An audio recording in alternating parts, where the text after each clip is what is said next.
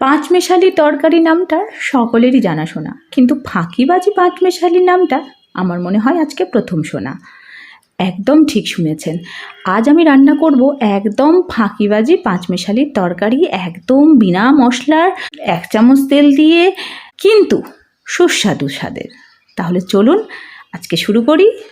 পাঁচমেশালি তরকারিতে একটু বড়ি হলে কিন্তু তার স্বাদটা দ্বিগুণ বেড়ে যায়। আমি তো বলবো দ্বিগুণ না, 3 গুণ 4 গুণ বেড়ে যায়, কারণ বড়ির যে স্বাদটা সেটা কিন্তু পাঁচমেশালি তরকারির স্বাদটাকে একদম চেঞ্জ করে দেয়। তো আগে আমি কি করলাম, প্রথমে বড়িটাকে একদম ফাঁকা কড়াইয়ের মধ্যে ভেজে নিচ্ছি, কারণ বড়ি কিন্তু প্রচুর তেল খাবার রাজা। এবার যদি বড়িতে এই মুহূর্তে আমি তেল ঢালি, সে কিন্তু সম্পূর্ণ তেল খেয়ে বসে থাকবে। তো প্রথমে তাকে তেল দেওয়া যাবে না, তাকে একদম কম আঁচে ধীরে ধীরে করে হাতে সময় নিয়ে ভেজে নিতে হবে। তাড়াহুড়ো করলে কিন্তু তেল বেশি খেতে হবে আর অনেক রোগের সমস্যা কিন্তু ভুগতে হবে। তাই জন্য একটু হাতে সময় নিয়ে হালকা আঁচে হালকা হাতে যদি বড়িটাকে ভাজা যায়, তাহলে কিন্তু তেল অনেকটা কম লাগবে। এবার হালকা তেল আমি দিয়ে দিলাম যখন আমার বড়িটা মোটামুটি লাল লাল হয়ে গেছে তখন।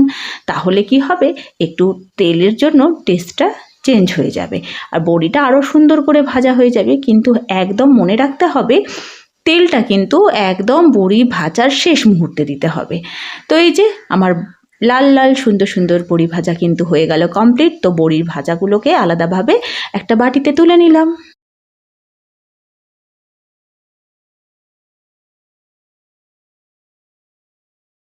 আর কড়াই যখন গরম আছে তাহলে আর দেরি কিসের, 1 চামচ তেল দিয়ে দিলাম কড়াইয়ের মধ্যে। আর এই কড়াইয়ের তেলটা একটু গরম হতে না হতেই দিয়ে দিলাম তার মধ্যে 1 চামচ পাঁচফোড়ন। পাঁচফোড়নে কিন্তু যে কোনো তরকারির স্বাদ চেঞ্জ করে দেয়।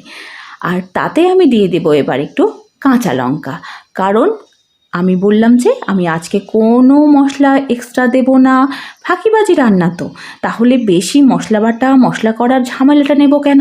তো একদম ফাঁকিবাজি 4টে কাঁচা লঙ্কাকে একটু ওপর থেকে নিচ পর্যন্ত চিড়ে দিলাম আর দিয়ে দিলাম কিন্তু তেলের মধ্যে। আর এই যে দেখুন, এই বাটিতে আমি সব সবজি কিন্তু আগে থেকে কেটে রেখেছি। যেহেতু আপনারা দেখেননি আমি এখানে কী সবজি কেটেছি, তাই একবার আপনাদের সাথে সেটা শেয়ার করে নিই। সেটা হচ্ছে, প্রথমে তো দেখতেই পাচ্ছেন পালং পাতা আছে, মানে পালং শাক, তার মধ্যে আছে পটল, আলু, পেঁপে আর মূলো, আর ওইদিকে তো বড়ি।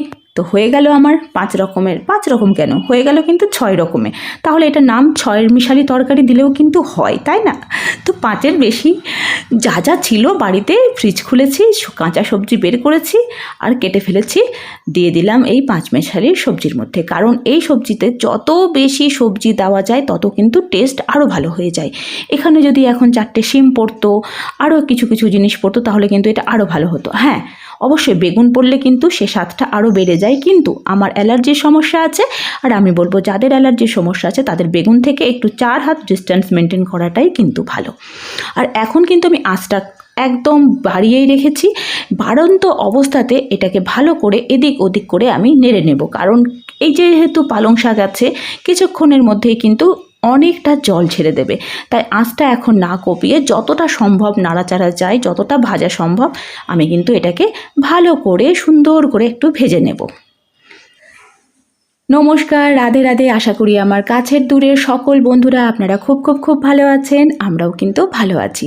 ডেলি ব্লগস উইথ মৌমিতা নিক চ্যানেলে আমি মৌমিতা আজকে নতুন দিনে নিয়ে চলে এসেছি আপনাদের জন্য একটি রেসিপি ভিডিও। আমি তো কথা দিয়েছি যে রকম পারবো, যে রকমভাবে আপনাদেরকে এন্টারটেনমেন্ট করা যায় আমি অবশ্যই চেষ্টা করব।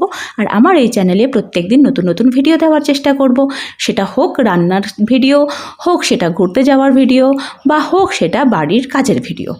তো আজকে নিয়ে চলে এসেছি তাই জন্য রেসিপি ভিডিও। যেহেতু ভাবলাম আমি আজকে একদম সকাল সকাল এত ফাঁকিবাজি রান্না করেছি, ভাবলাম আমার বন্ধুদেরও একটু ফাঁকিবাজিটা শিখিয়ে দিই, তাই কিন্তু আজকে নিয়ে চলে এসেছি ফাঁকিবাজি পাঁচমেশালি রান্নার ভিডিও। আর এদিকে কথা বলতে বলতে আপনারা হয়তো লক্ষ্য করলেন যে আমি কিন্তু এই তরকারিতে দিয়ে দিলাম পরিমাণ মতো লবণ আর পরিমাণ মতো হলুদ। এবার যেহেতু লবণ হলুদ পড়ে গেছে, তাই জন্য কিন্তু এবার তরকারিতে প্রচুর জল ছাড়বে। আর এই জল ছাড়ার সুযোগে আমি কি করলাম, গ্যাসটা আরও কমিয়ে দিলাম, ফলে কিন্তু জলটা আরও বেশি ছেড়ে গেল। আর আঁচটা কিন্তু একদম কমিয়ে দিয়েছি, আর ঢাকা দেওয়ার জন্য জলটা আরও কিন্তু বেড়ে গেছে। এই পাঁচমেশালি তরকারিতে যতটা চেষ্টা করবেন যাতে এক্সট্রা জল না দেওয়া যায়, তাহলে কিন্তু স্বাদটা বেশি ভালো থাকে। এক্সট্রা জল পড়লে এর স্বাদটা একটু হলেও কিন্তু কমে যায়। আর আমি এখন আঁচটাকে কমিয়ে কমিয়ে কিন্তু রান্না করব, তাহলে কি হবে, আমার স্বাদটা আরও সুন্দর হবে তরকারির, আর তরকারির সমস্ত কিছু সুন্দরভাবে সেদ্ধ হয়ে যাবে। আর ওইদিকে তরকারিটা সেদ্ধ হচ্ছে, আর এইদিকে আমি হাতে করে বড়িগুলোকে একটু ভেঙে নিচ্ছি। দেখুন, রান্নাবান্না অনেকেই আরও অনেক সুন্দর করে করতে পারেন, কারণ তাদের রান্না করাটা প্যাশন বা রান্না করতে ভীষণ ভালোবাসেন।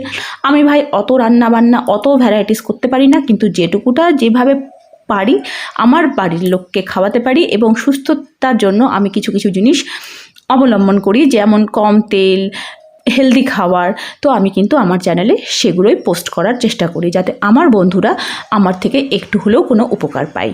তো যদি আমার এই ভিডিওটি আপনাদের কোনো কাজে লাগে বা আমার ফাঁকিবাজি রান্না আপনাদের মন জয় করে থাকে, তাহলে অবশ্যই একটু লাইক, কমেন্ট, শেয়ার করে দেবেন। আর কমেন্টে একটু সুন্দর সুন্দর মন্তব্য রাখবেন। নতুন বন্ধুদের জানিয়ে রাখি, আমার এই চ্যানেলে প্রত্যেক দিন কিন্তু নতুন নতুন ভিডিও আসে। তো অবশ্যই সুন্দর মন্তব্য রেখে যান। সেই সুন্দর মন্তব্য ধরেই কিন্তু আমি মৌমিতা পৌঁছে যাব আপনার বাড়িতে। একটু দেরি হলেও কিন্তু ঠিক পৌঁছে যাব। আর এই শীতের সময় সবজির কিন্তু অভাব হয় না। সারাটা বছর আমরা কোনো না কোনো সবজিকে মিস করি, কিন্তু শীতের সময় আমাদের ফ্রিজ ভর্তি, ডালি ভর্তি কিন্তু সবজি থাকে। আর এই সবজি থাকার সুযোগেই কিন্তু আমরা এই পাঁচমেশালি তরকারি কিন্তু রোজ রান্না করতে পারি। রোজ না হলেও মাঝে মধ্যে করা যেতেই পারে, কারণ এটি কিন্তু অত্যাধিক পুষ্টিতে ভরা একটি সবজি, এবং এটা আমাদের শরীরের জন্য ভীষণ ভীষণ ভীষণ ভালো। আর যেহেতু এখানে তেমন কোনো তেল মশলা ঝাল পড়ছে না, তাই জন্য কিন্তু আমাদের জন্য এটা খুব উপকারী।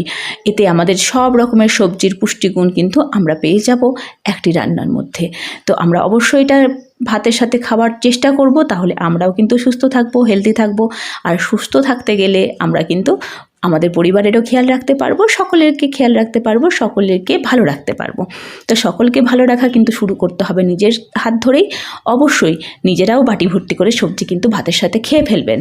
তাহলে বন্ধুরা, দেখলেন তো কীভাবে ফাঁকিবাজি পাঁচমেশালি রান্নাটি এত ঝটপট করে আমি করে নিতে পারলাম।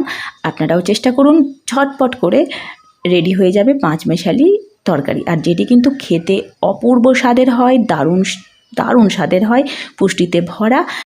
তো বন্ধুরা, আজকের মতো আমার এই রেসিপি ভিডিও এখানেই থাক। আবার আগামীকাল চলে আসবো নতুন একটি ভিডিও নিয়ে। সকলে সুস্থ থাকুন, ভালো থাকুন, নিজের খেয়াল রাখুন, নিজের পরিবারের খেয়াল রাখুন, সবাই ভালো থাকুন। দেখা হবে পরের ভিডিওতে। Tata, bye bye.